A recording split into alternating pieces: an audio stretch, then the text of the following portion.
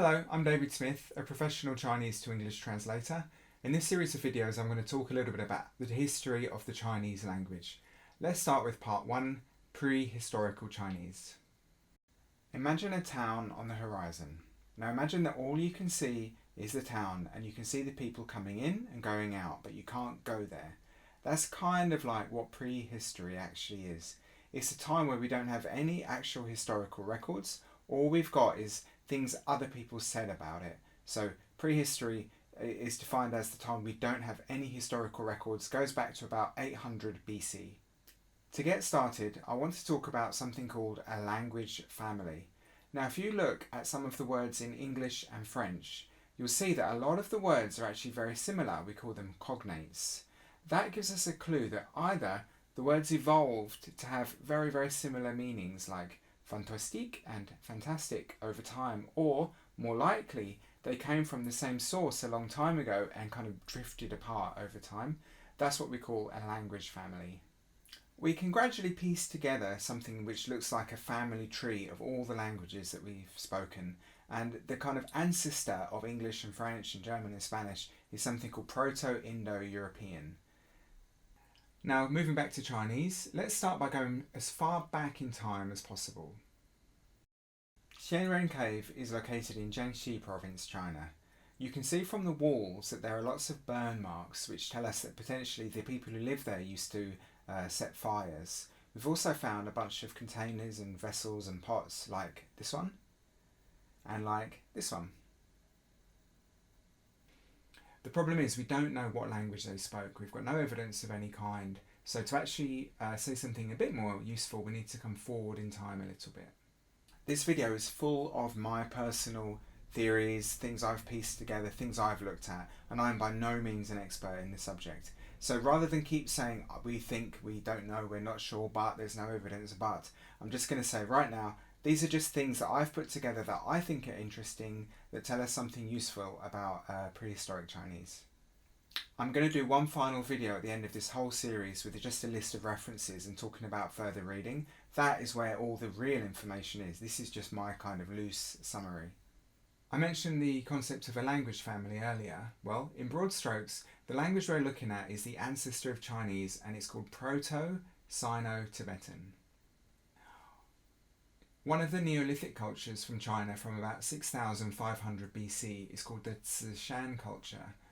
They left lots of objects and there's lots of evidence that they lived, and we think they may well have been among the first speakers of this Proto-Sino-Tibetan. The Zishan people lived in the Taishan mountains, and we know they used to farm millet. If you do visit a museum in China, chances are you will see some kind of a piece left over from Zishan culture. There were quite a few vessels and pots and various things, bones. The Zishan people were one of the groups that spoke the language that we're calling Proto-Sino-Tibetan.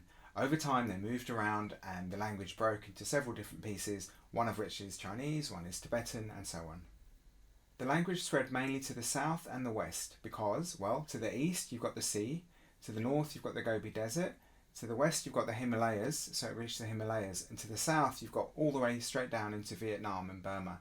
And indeed, Burmese is a language that we think is descended from this Sino-Tibetan language.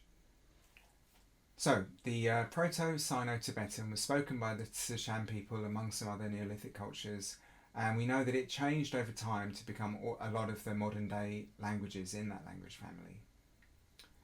Have you ever noticed that Chinese has got two words that both mean river? We've got jiang and also he. Well, we think that the ancestors of the Cantonese people of today, who were probably had a word in their language that meant river, and it was probably something like jiang. They probably called any rivers they saw jiang, whereas the people in the Zishan culture, they probably had a word that we're going to call he. And when the two cultures kind of interacted, what happened was the new language that was formed kept both words. So Changjiang is used for the name of a particular river in the south, and Huanghe is used as the name of a particular river more in the north, but both have actually the same meaning of river. Take a look at this really brilliant map. It's something that I really recommend you look at. On the map, the different numbers represent different languages. For example, 5 is Old Pekingese and 26 is Old Cantonese. The animals represent the foods that were eaten, and the arrows represent what we think may have been the flow of people at that time. I strongly suggest you go and read that article, although it's quite heavy if you're not a linguist. Well, now let's look at some of the features that we think Proto-Sino-Tibetan must have had. English is a subject-verb-object language. Subject-verb-object SVO. In other words, you would say, David kicked the ball. David is the subject, the verb is to kick, and the ball is the thing that was kicked. And they always go in the same order. You can't say the ball kicked David. That would change the meaning. Spanish is also a subject-verb-object, and in fact most European languages are subject-verb-object. But for example, Japanese is subject-object-verb. We know that modern Standard Mandarin is also, like English, a subject-verb-object language. We also know that modern Tibetan is a subject-object-verb language. So what can we guess or deduce about prehistoric Chinese? Actually, if we go back in time, we'll find that earlier versions of Chinese were also subject-object-verb languages, and it changed to become a subject-verb-object language in the Middle Period. So we've got two languages, both subject-object-verb languages, therefore we're going to guess prehistoric Chinese was probably also subject-object-verb. In English we would say I walk, he walks. That S on the end there tells us that the person doing the verb has changed. Spanish does the same thing. Yo hablo, tú hablas, ellas hablan, and so on. The verb changes depending on who's doing it. Those are called morphological changes, where words themselves actually change. Now, modern Standard Chinese does not have any morphological changes, but modern Tibetan does. And in fact, again, if we look back to Old Chinese, it also had a lot of morphological changes, although they were restricted because of the nature of Chinese characters. So we've got two languages which were both full of morphological changes, therefore we think that Proto-Sino-Tibetan probably also had a lot of morphological changes.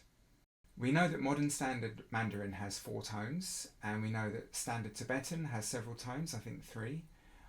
What's interesting is that older Tibetan and older Chinese, amazingly, both did not have tones. We actually know the process of how the tones came into the Chinese language, and I'm going to talk about it at length in the next video. So we've got 2 languages without tones. So again, Proto-Sino-Tibetan probably didn't have tones either. So to conclude, here's what we can guess about Proto-Sino-Tibetan, the oldest language that I think we can call an ancestor of Chinese. 1. The language spread from somewhere in China to places like Burma, Tibet, and further to the southwest. We know that it's started being spoken about 6,500 BC. That string of languages includes Chinese, Tibetan, Burmese, and a whole bunch of others. We know that their language was subject, object, verb. They would have said David, the ball kicked, in that order. We know that the language did not have any tones. And last but not least, we know that Proto-Sino-Tibetan was rich in morphological changes.